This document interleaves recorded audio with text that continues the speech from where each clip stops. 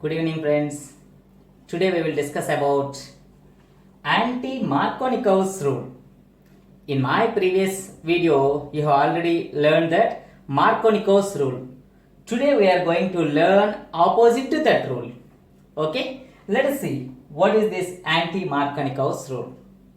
In Markovnikov's rule, the reactive intermediate is carbocation. But in this particular Anti-Markovnikov's rule, the reactive intermediate is free radical. Okay, so in the previous video you have learned about the stability of carbocation, but in this you should have to know about the stability of free radical. Let us see how those particular free radicals are going to be formed and how many types of free radicals are going to be formed and how does they stabilized. Okay, see.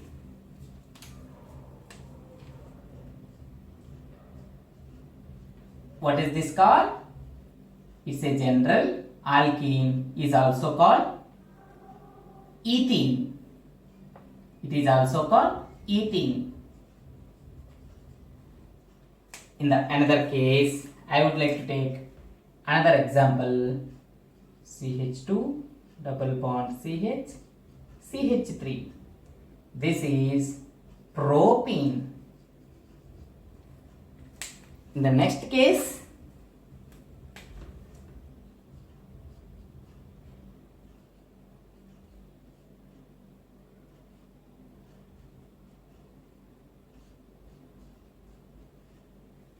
this is 2-methyl propene or isobutene.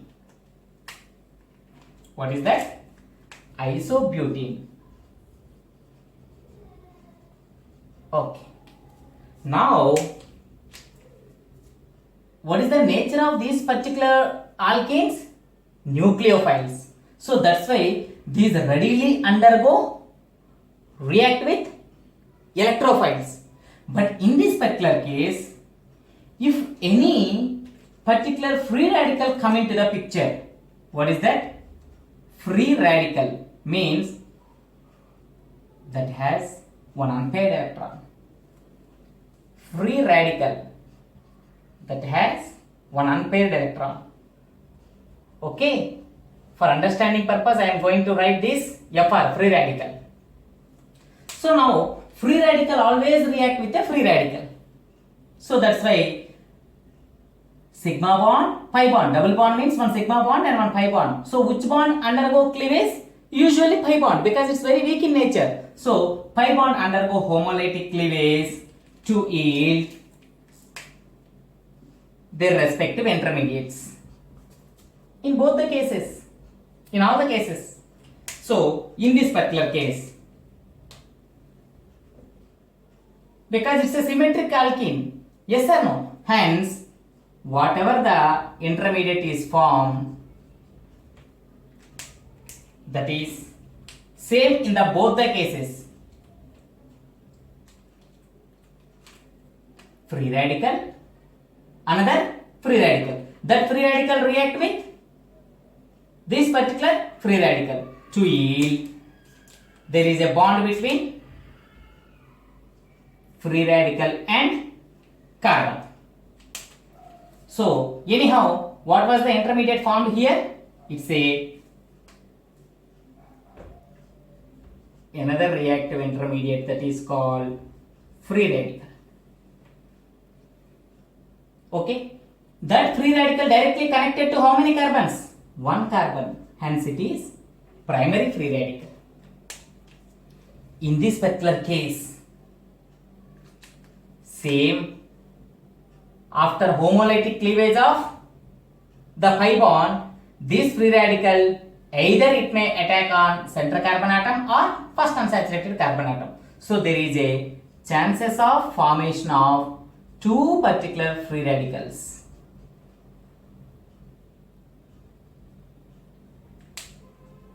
This is one case. Free radical attacks on this one, thereby it forms another free radical, reactive intermediate. Or it can also form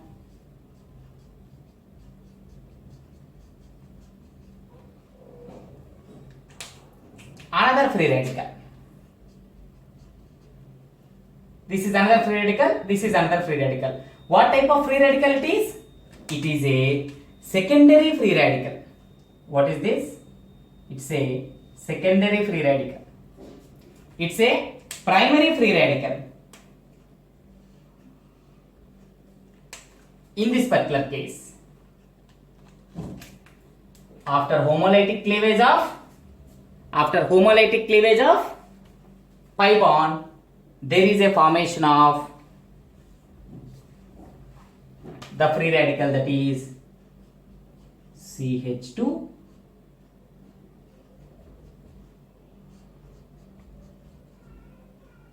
now free radical attacks at this particular carbon atom, center carbon atom. I am not at all stating the bond because that bond is shared by both the groups, not only by free radical, not only by the carbon. Next, there is a chance of forming another free radical, that is CH2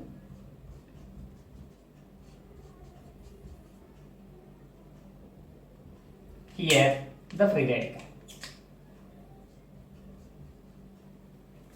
Yes or no? So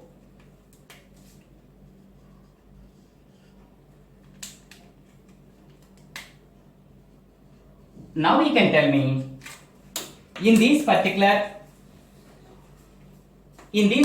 reactions, there are three different types of free radicals are going to be formed: primary free radical, secondary free radical, tertiary free radicals. Okay, let us see the stability concept.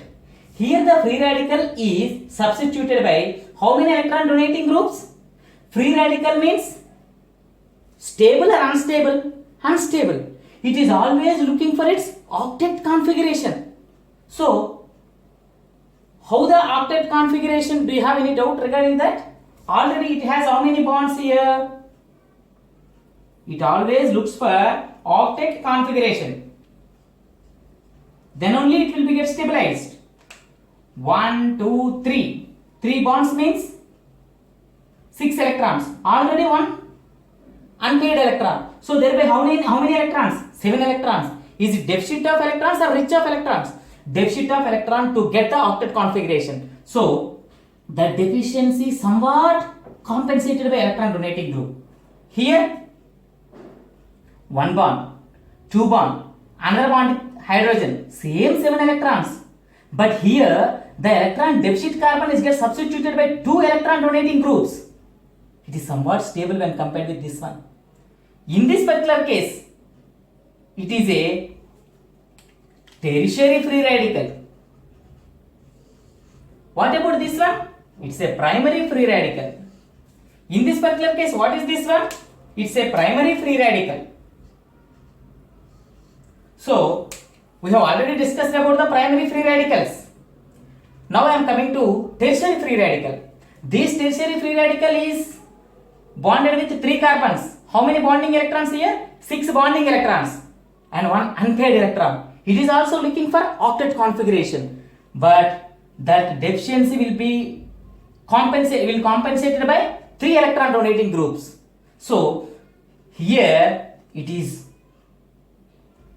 electrophilicity is going to be compensated by 3 electron donating groups. Hence it is more stable when compared with secondary, when compared with primary. So as like carbocations, tertiary free radical is more stable than secondary free radical than primary free radical. Okay, you have to know these particular fundamental concept in this particular Anti-Markovnikov's rule. Okay, let us come to what is this rule states.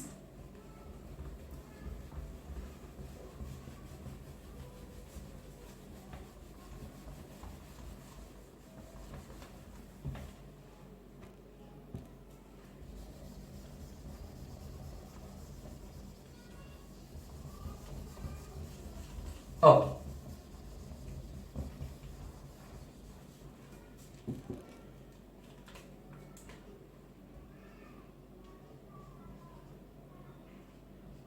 What is this one called? unsymmetric alkene. React with unsymmetric reagent.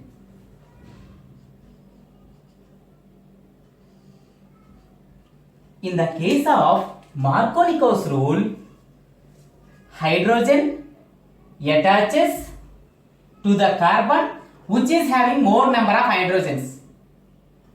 Hydrogen attaches to the unsaturated carbon atom which is having more number of hydrogens, and the halogen attaches to the unsaturated carbon atom which is having more number of carbons. Am I right? But in this particular case, there is an opposite product is formed. Means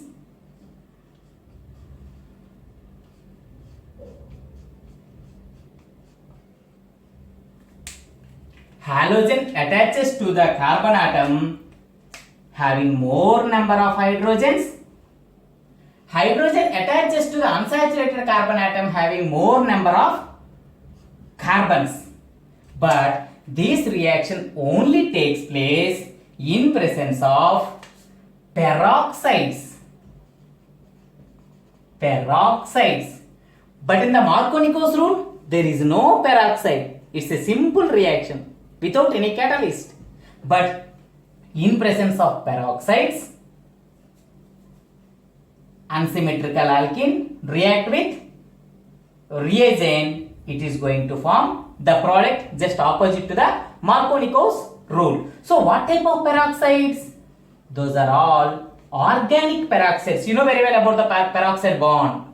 This peroxide bond with acetyl moiety.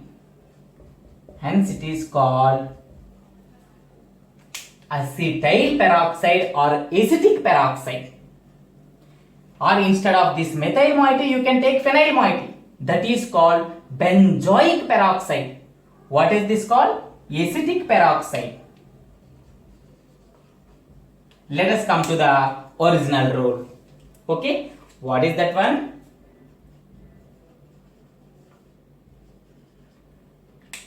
One propene, that is.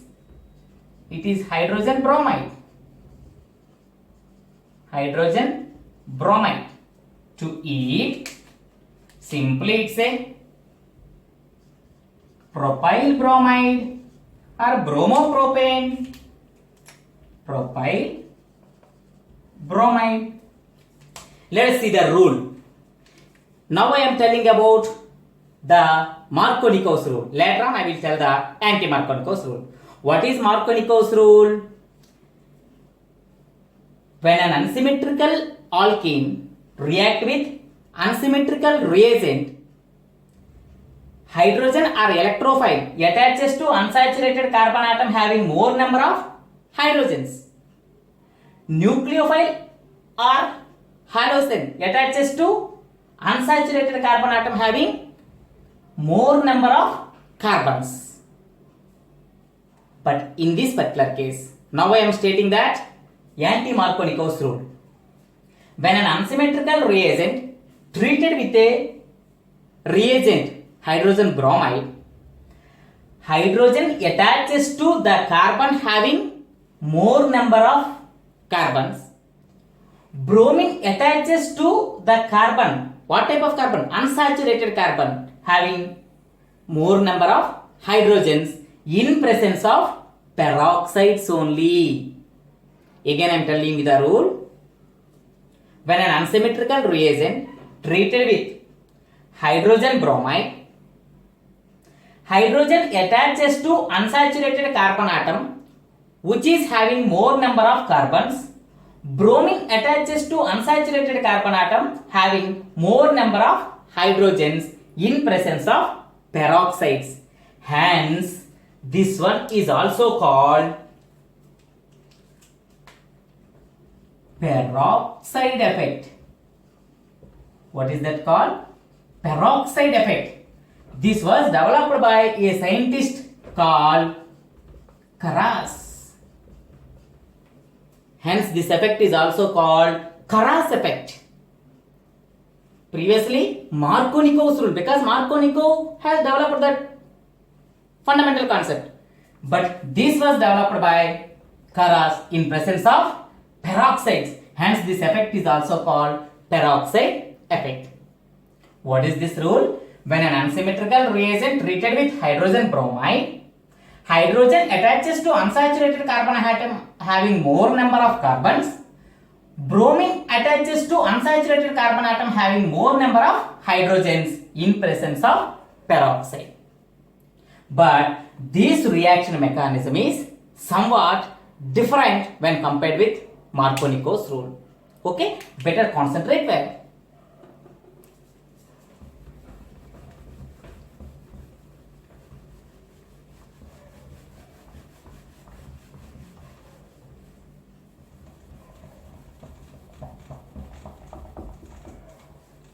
Okay. In the step 1,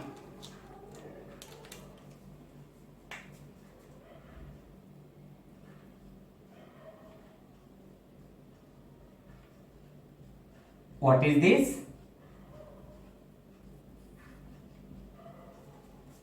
Peroxide undergo homolytic cleavage to yield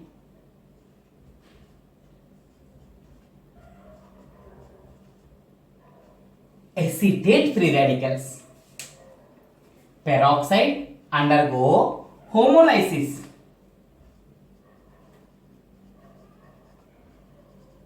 to yield acetate free radicals. Okay? That acetate free radical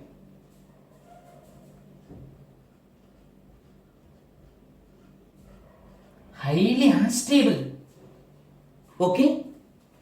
For getting stability, the bond between carbon and carbon undergo homolytic fission to yield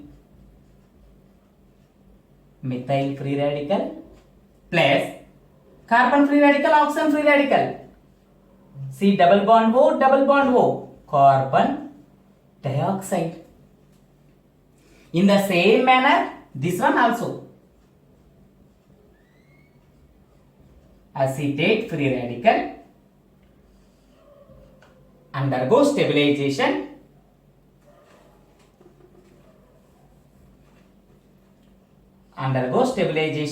to yield methyl free radical plus carbon dioxide. Okay? So, whatever the free radicals are formed in this particular case,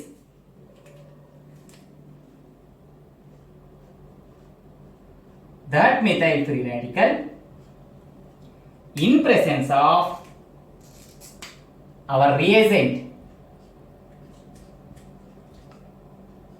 hydrogen bromide. Free radical always react with a free radical. So that's why our reagent must undergo homolytic fission. So that is CH3. Hydrogen free radical attacks on carbon to yield methane.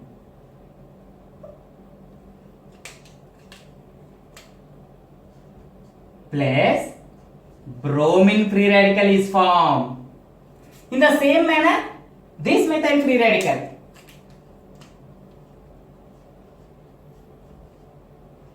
react with another molecule of hydrogen bromide to yield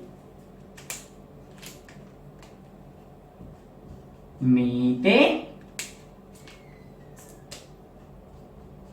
plus bromine free radical. So in this particular case, at any cost, finally we have gotten bromine free radical from our reagent. Okay, so enter this one is the first step. In the first step, there is a group of steps. For what purpose? Generation of bromine free radical. So hence it is called, it is an initiation step. It is an initiation reaction for the formation of bromine free radical. So this is step 1. what is step 1? Initiation of bromine free radicals. Initiation of bromine free radicals. Under that, there are many reactions. Peroxide undergo homolytic cleavage to form acetate free radicals. Undergo stabilization to yield methyl free radical. Methyl free radical react with reagent to yield our bromine free radical. So these are all the steps coming under the first category of the reaction, that is called initiation of bromine free radical. Okay, in the first step, initiation of bromine free radical by many substeps. How many substeps are there? 5 substeps are there. Okay, so what is step 1? Initiation of bromine free radical by 5 substeps from the peroxide. Okay, now I am entering into the step 2.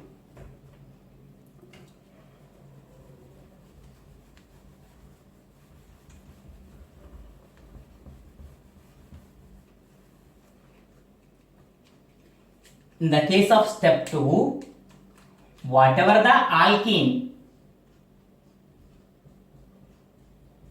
we have taken is get attacked by, how many bromine free radicals are formed? 2 bromine free radicals are formed, but 1 bromine free radical is attacking. Remember that one more bromine free radical is also there.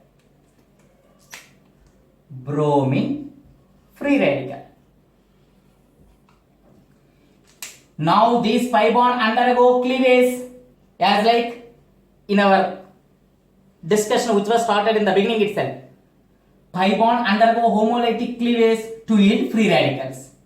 Now if bromine attacks at here, free radical forms here.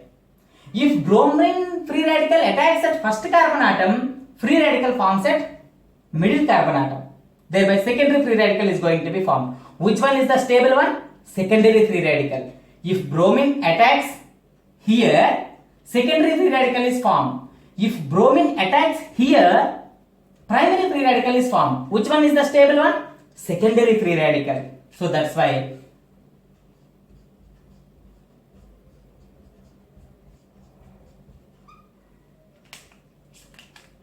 bromine is attacked at first carbon atom to yield, what is this?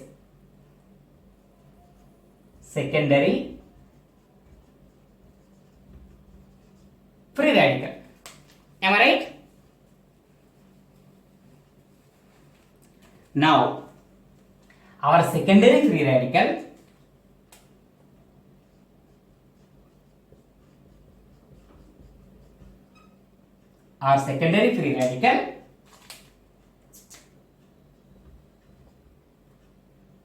react with another reagent. Hello my dear, still in our reaction medium bromine free radical is there, yes or no? But this is going to react with another bromine free radical. Now you may get one doubt, why not the another bromine free radical come into the picture? If bromine is attacked side by side, bromine atomic radius is very high, there is a steric hindrance. To avoid that, it is going to react with another bromine free radical. Now free radical react with only another free radical, yes or no? In this, it is not at all showing interest to take the bulk free radical. It only shows interest to accept small free radical. So now our product is going to be formed, that is called bromine and attack of hydrogen at secondary carbon atom. Propyl bromide is formed, but still the reaction not finished yet. Yes or no? What was formed here again? There is a formation of another bromine free radical. Yes or no? So these are the substeps under step number 2. What is step number 2? So whatever the bromine free radical is there, that propagates the reactions Hence, these are called propagation steps. Propagation step. First one is initiation steps. This one is propagation. Propagation of free radical. So, propagation of free radical to yield another bromine free radical. In the initiation also there is a formation of bromine free radical. In the propagation also there is a formation of another free radical. I don't know whether you have observed or not. In the initiation step there is a formation of one molecule and one free radical. In the second step also there is a formation of molecule and free radical. In the last step, the only thing left is here one free radical is still remain. Here one more free radical is still remain. So with that entire reaction is going to be finished. Hence that step is called termination step. Bromine free radical react with bromine free radical to yield bromine molecule. This is the third step. Termination step. Propagation step. Previous 5 are initiation step. Okay. So in the initiation step, generation of bromine free radical. Propagation step, generation of product and bromine free radical. Termination step, formation of bromine molecule. Now we will see the entire overall reaction. Previously we have written one overall reaction, but actually that's not the overall reaction. That is one of the part in the overall reaction. Okay. Now we will be going to see the overall reaction of this Anti-Markovnikov's product. Okay.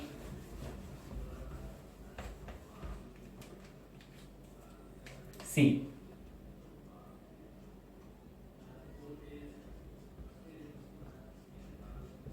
Propene react with how many molecules of hydrogen bromide? In the initiation step, 2 hydrogen bromides are utilized. 2 hydrogen bromides. And in the propagation step, another hydrogen bromide. So that's why 3 hydrogen bromides are used to yield our product. What is that?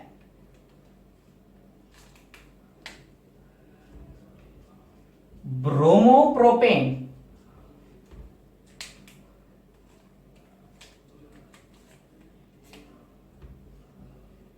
Bromopropane plus, what is the catalyst used here? Are in presence of peroxy acetic acid. Okay. So in this particular after addition of this, in presence of peroxyacetic acid, 2 methyl moieties when combined with 2 hydrogens, it is going to form 2 methyl molecules. And 2 molecules of carbon dioxide plus 1 bromine is formed in the product.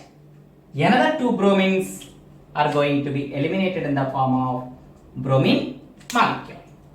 Okay. So this is the actual overall reaction of Anti-Markovnikov's rule obeying chemical reaction. Okay. When an unsymmetrical reagent, when an unsymmetrical alkene treated with hydrogen bromide or unsymmetrical reagent, hydrogen attaches to unsaturated carbon having more number of carbons.